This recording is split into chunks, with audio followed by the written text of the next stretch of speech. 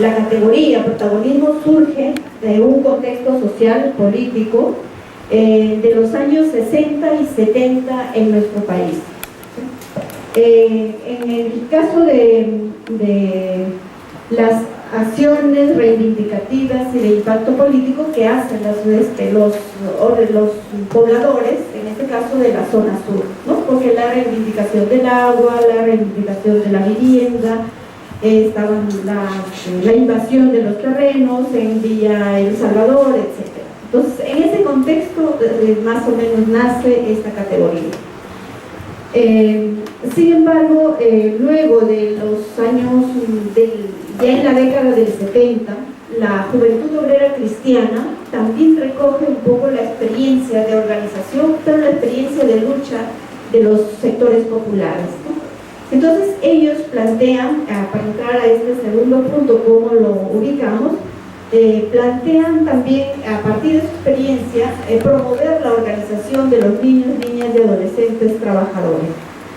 Pero ahí tienen una concepción diferente de los niños, ¿no? Los van a concebir como sujetos sociales, pero digamos que devienen actores sociales y políticos, ¿no? Pero para llegar a esto, ya nosotros como IFEJAN, en la reflexión que se ha hecho desde los años más o menos 76, que nace la organización de niños, es que nosotros identificamos las diversas culturas que hay, digamos, en todo este contexto nacional e internacional sobre las culturas de infancia. Y encontramos varias que nos impiden, digamos, concretar realmente esta concepción. Entonces encontramos que hay una concepción, una concepción o la cultura, no, eso no va a salir. Sí, encontramos una cultura de la propiedad de los niños, o sea, hay en general, su mundo, la sociedad en general, pensamos que los niños son propiedad de uno, ¿no?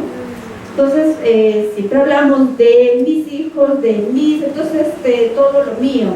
Entonces, cuando se empieza a trabajar el tema de la organización, de dar otra concepción, y en el caso de Perú, cuando se empieza a trabajar, por ejemplo, con las denunas a partir del Código de los Niños, Niñas y Adolescentes, era difícil entrarle también a una relación con los adultos, ¿no?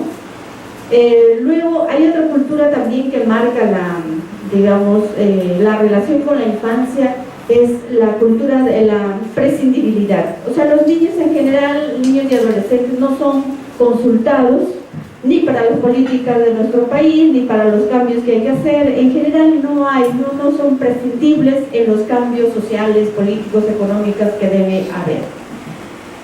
Una tercera cultura es la cultura de la peligrosidad. En general,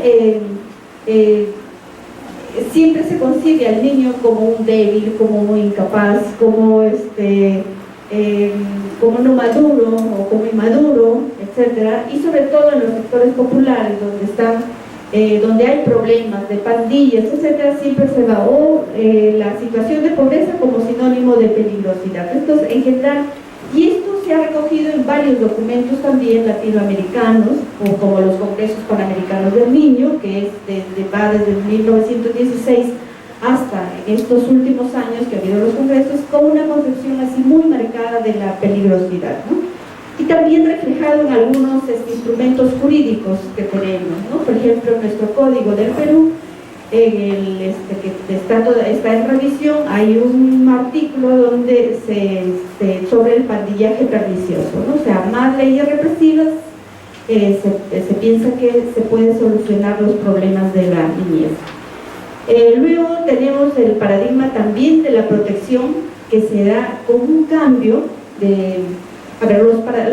las culturas o paradigmas anteriores mencionadas están bajo la doctrina de la situación irregular, ¿no? Donde se concibe al niño como objeto, que eso va hasta más o menos 1989, en que se da la cultura,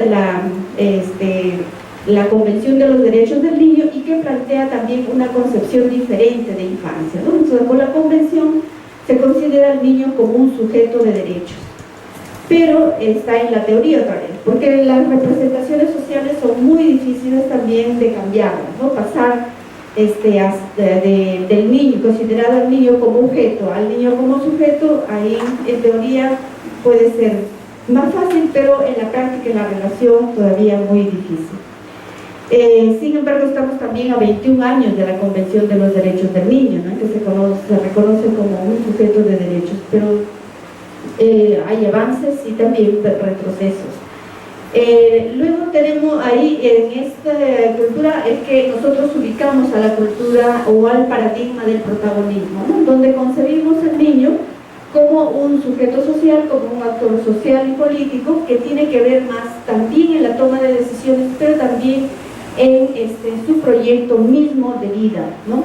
Entonces, y con esto nosotros, digamos, explicamos o damos una explicación a la experiencia de organización de los niños y adolescentes trabajadores que nace en el año 1976. Entonces, pero esta organización nace con algunas características que en el año 76 también lo piensan los jóvenes de la Juventud Obrera Cristiana. Entonces, ellos dicen, bueno, en el 76 nosotros en Perú estamos en un contexto de dictadura militar, estamos en un contexto de muchos despidos de los trabajadores, y dentro de ellos son los jóvenes trabajadores de la Juventud Obrera Cristiana. Entonces su reflexión que hacen es ¿qué hacemos, qué hacer en estos tiempos? O sea, y qué hacer también para los próximos años en relación a la formación de los, en este caso de los jóvenes, pero de los niños y adolescentes. Entonces ahí se plantea empezar la organización de niños. Entonces, por la experiencia que tiene la JOC, lo piensan, que son intuiciones, se podría decir, pero que se plantean para empezar el trabajo con los niños. Entonces, ellos dicen empezar el trabajo de organización, pero que sea una organización con autonomía, ¿no? En el año 76, con autonomía, donde los niños sean los que dirijan, los responsables de su organización, y también se plantean las acciones a desarrollar. Una segunda intuición que se plantean es que los mismos niños tengan representación de su organización. Entonces, lo que ahora podríamos llamar también el protagonismo. Entonces, que los niños representen en los diferentes espacios, sean públicos o privados, pero que ellos representen a su organización. Una tercera intuición que se plantea es la dimensión nacional y la dimensión internacional. Y creo que esta intuición viene por la experiencia de la JOC. O sea, para nosotros es bien importante compartir realidades, porque también son experiencias que se aprenden, ¿no? Conocer, porque en la JOC se dice que un problema local no es solamente local, es un problema que tiene una dimensión nacional, que tiene una dimensión internacional. Entonces, y en eso se plantea, ¿no?, para la organización de niños. Y una cuarta, en los años 76 se hablaba se utilizaba mucho la categoría masa. Entonces dice cómo llegar a toda la masa de los niños, niñas y adolescentes.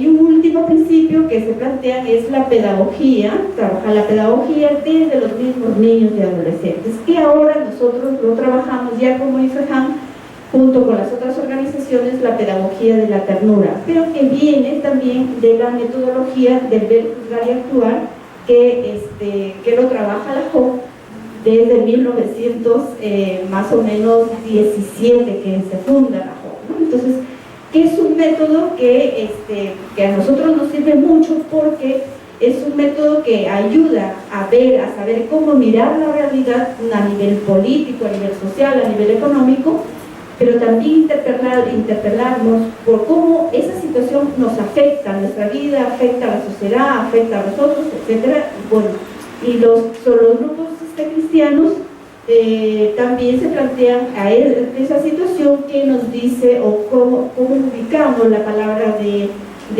Evangelio ahí. Y por otro lado también nos ayuda a plantearnos acciones que no tengan solamente una dimensión pequeñita, sino en proyección, es decir, a cambiar y a luchar, en este caso, por los derechos de los niños. Entonces es un método que ayuda mucho, y porque también tiene una característica, es que los niños tienen que leer los textos que sean, ¿no? O sea, tienen que leer el código, tienen que leer la ley de la mendicidad, tienen que leer el convenio 138 de la OIT, etc. Entonces es una oportunidad para que los niños, para que puedan opinar, tienen que estar informados. Entonces, por ahí ayuda mucho, y la JOC en los años 16 del siglo XX, pues eran, la mayoría eran obreros, tenían educación primaria, entonces se utilizó mucho este método para poder leer y escribir. No importa cómo se escriba, se decía, lo importante es hacerlo. Entonces, por ahí nace. Entonces, con esta, el protagonismo, ahora nosotros también reivindicamos que en los años 70 la JOC plantea una nueva visión de la infancia. En este caso de los niños trabajadores, plantea su organización, la valoración del trabajo y también la relación con toda la infancia. Y por otro lado también consideramos que plantea una relación distinta del adulto con referencia a los niños.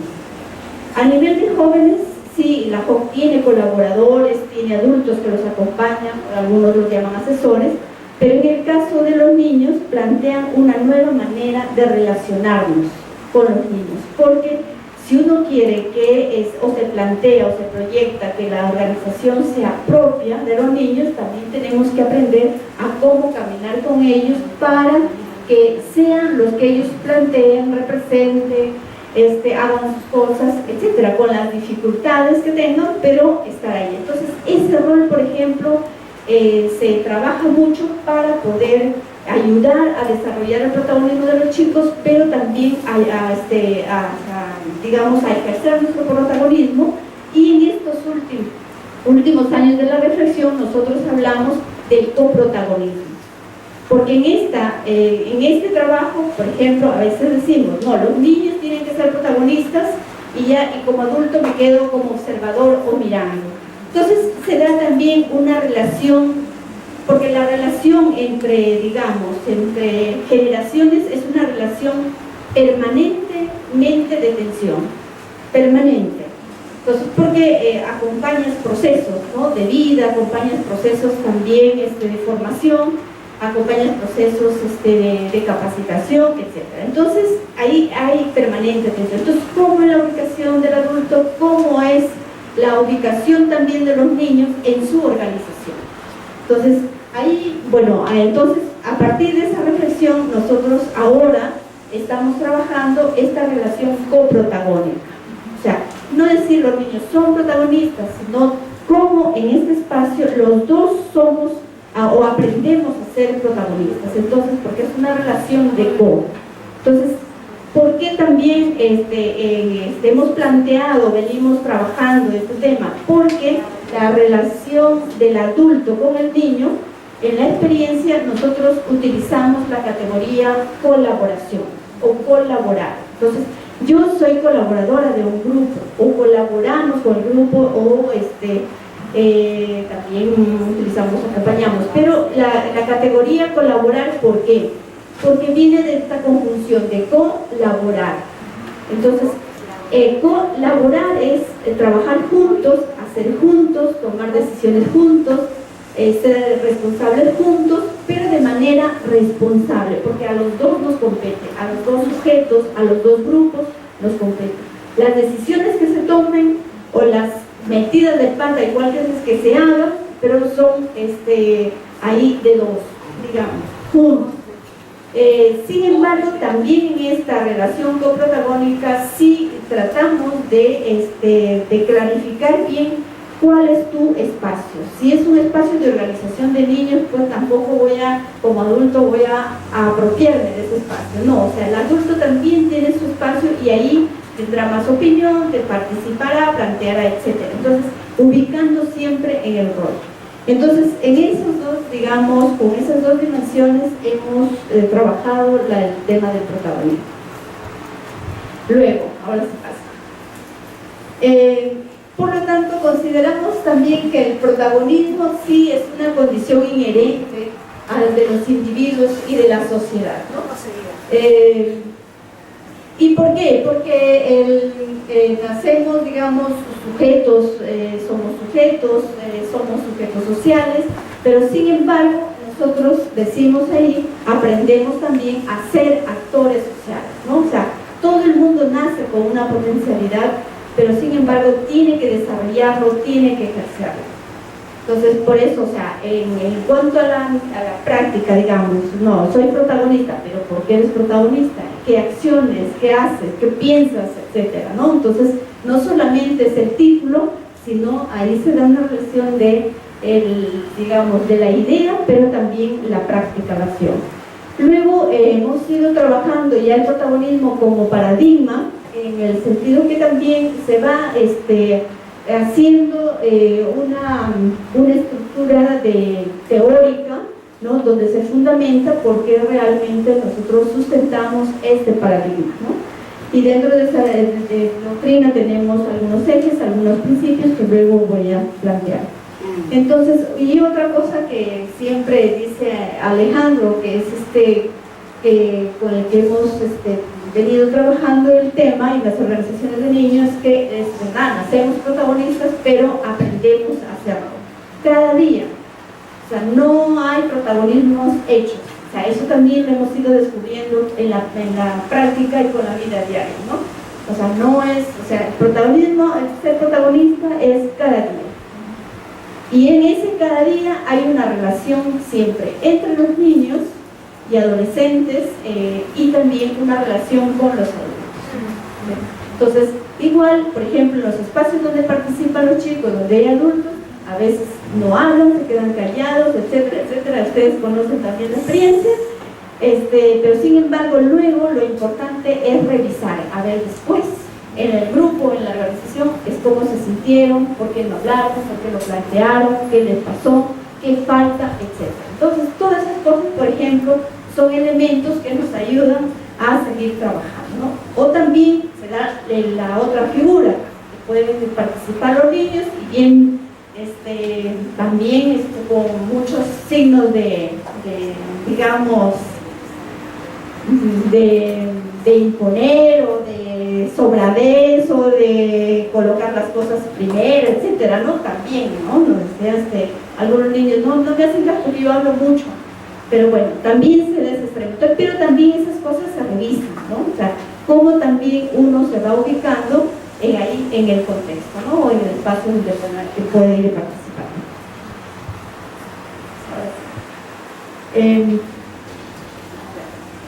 También nosotros trabajamos ahí con algunos, hemos ido trabajando desde la etimología del protagonismo, ¿no? Que nos han dado algunos elementos, creo que aquí está todo el espacio. Sí.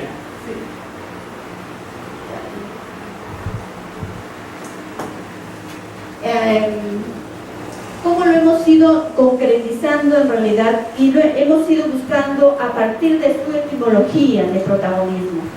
Entonces nosotros ahí hemos encontrado que luego sale otra columna, pero por ejemplo en la primera es ser protagonista, es tener responsabilidad, ¿no? Entonces ahí nosotros le agregamos también el tener responsabilidad, pero trabajamos mucho de la corresponsabilidad y no trabajamos mucho sobre el deber, porque el deber es una imposición, ¿sí? Sino la responsabilidad es como uno va asumiendo las tareas, las acciones, tus ideas, tus pensamientos para poder trabajarlo en grupo, pero también a nivel personal.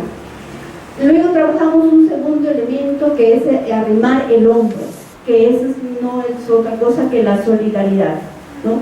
Porque en los grupos, en las organizaciones, es verdad, o sea, encontramos chicos y chicas que a veces igual pues nos gusta hablar y no hacer y no comprometernos, o no miramos la situación de los otros niños, o nos quedamos en nosotros mismos, etc. Entonces se desarrolla mucho la solidaridad, desde acciones muy chiquitas hasta acciones también muy, digamos, más a nivel macro.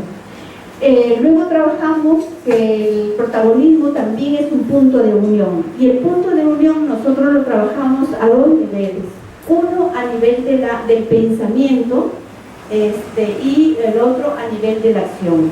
Entonces, porque el punto de unión también es a nivel de ideas, a nivel de concepciones. Por ejemplo, en la organización, sí, es heterogénea, puede ser muy diversa, pero por ejemplo, en nuestro caso, para el tema de los niños trabajadores, sí puede haber, pero no puede haber personas que estén por la erradicación del trabajo infantil, por ejemplo, ¿no? O sea, que puedo cuestionar, puedo querer profundizar, debatir, pero no hay esas dos posiciones, ¿no? O sea, no es la idea, si no lo entendemos, el punto de unión de ideas, también ideas comunes, porque también estamos compartiendo un proyecto común, en el sentido de que los niños y adolescentes trabajadores son protagonistas a nivel, digamos, más personal, pero también a nivel más social, ¿no?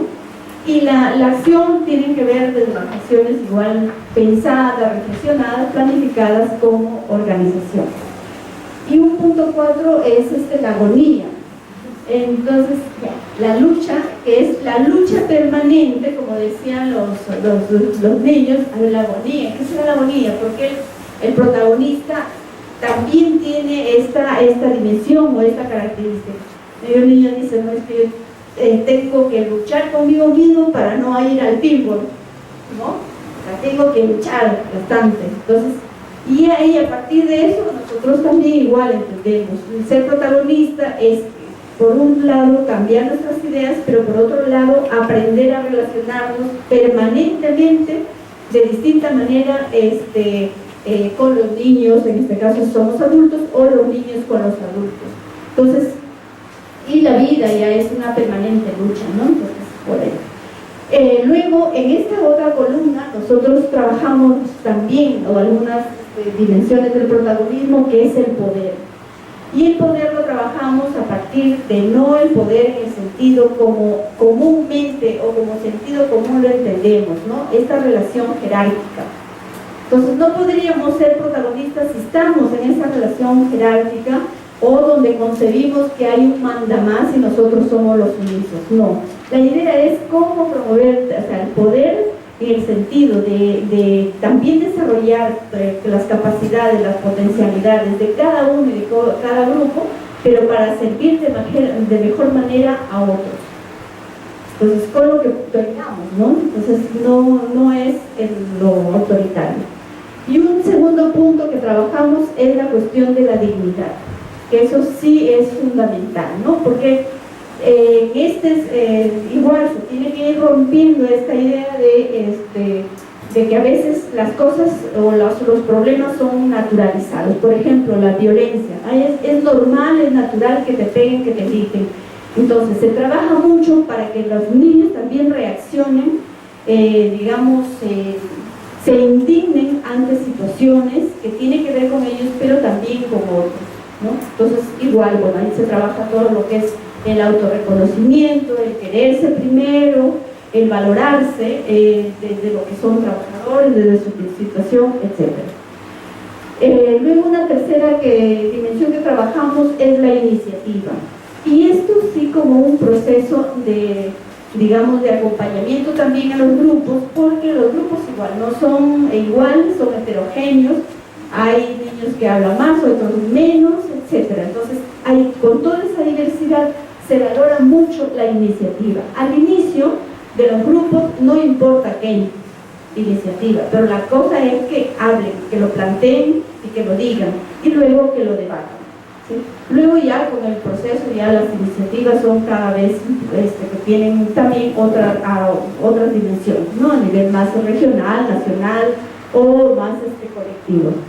Y un punto 4 es la excelencia. Entonces, el ser protagonista también es trabajar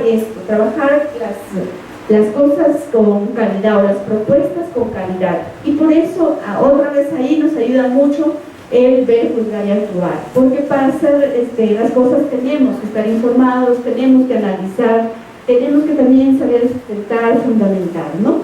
Entonces, que tiene que ver mucho con la representación que tienen los niños de su propia organización, con los planteamientos que hagan, etc. Ahora, pero lo que se insiste mucho, y ahí Alejandro insiste mucho, es que también hay que plantear las cosas, pero también con sencillez y humildad, ¿sí? Porque si no estaríamos, digamos, otra vez repitiendo signos de autoritarismo, signos de maltrato, de pedantería, etc. Entonces, por ahí también a nivel más educativo es un trabajo constante, ¿no? O sea, el ser protagonista es trabajar también la personalidad de los niños, en ese caso a nivel más de la humildad, de la sencillez, pero sabiendo que tienen que defender sus derechos también, ¿no? Por ahí. Luego,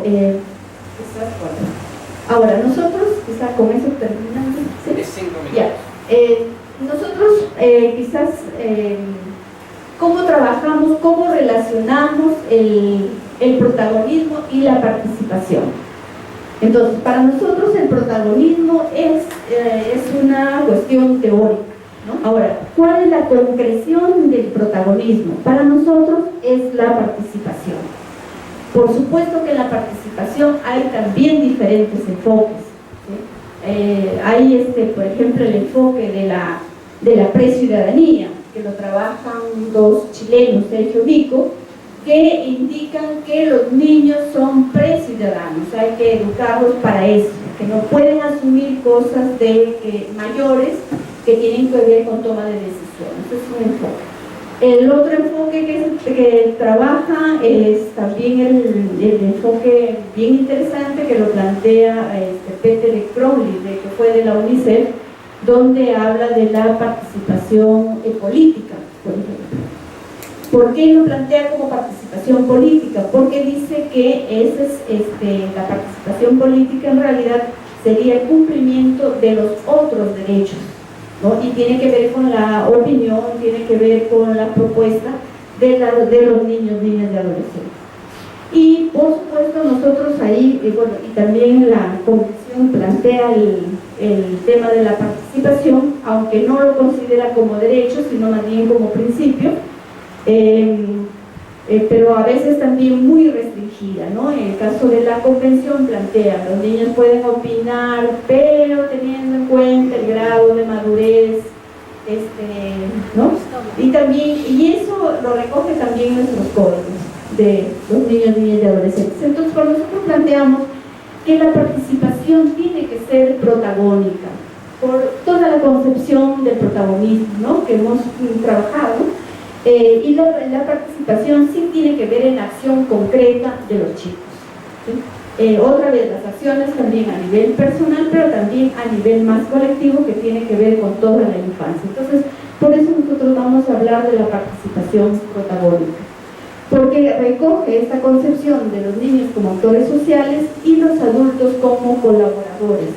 Entonces, y en estos dos apuntamos a tener una relación protagónica.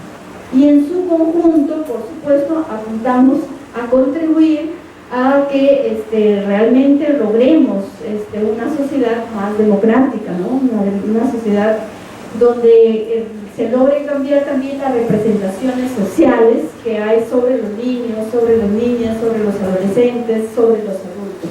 Poco ir terminando con esta visión adultocéntrica que a veces no posibilita su desarrollo de los niños. ¿Hasta ahí? ¿Te quedan 2 minutos? Sí, bueno, y los ejes del protagonismo que nosotros trabajamos está lo que es la condición humana, la individualidad humana como condición social, la educabilidad de todo ser humano. O sea, nosotros sí consideramos que todo ser humano es educable. O sea, aunque a veces nos encontramos, no, esa persona no va a cambiar, nosotros sí creemos. O sea, sí, y a nivel pedagógico sí hay que ser muy optimistas, porque también hay situaciones en que nos encontramos que a veces nos desaniman. Entonces, sí, trabajamos mucho ese principio, ese eje de la educabilidad.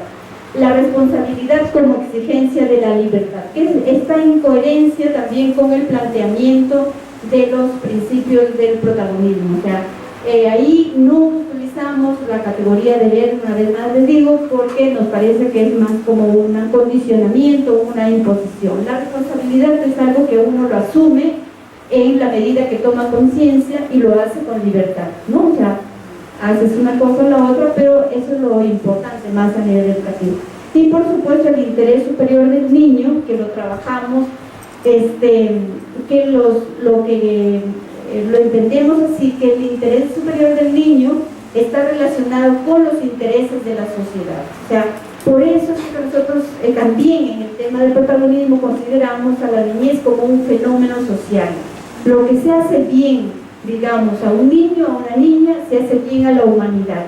Y se procura romper con esta visión más individualista del niño. Es uno, el otro, no, o sea, es más bien como colectivo. Por eso, bueno, nuestro enfoque es lo de la infancia, la infancia como fenómeno social.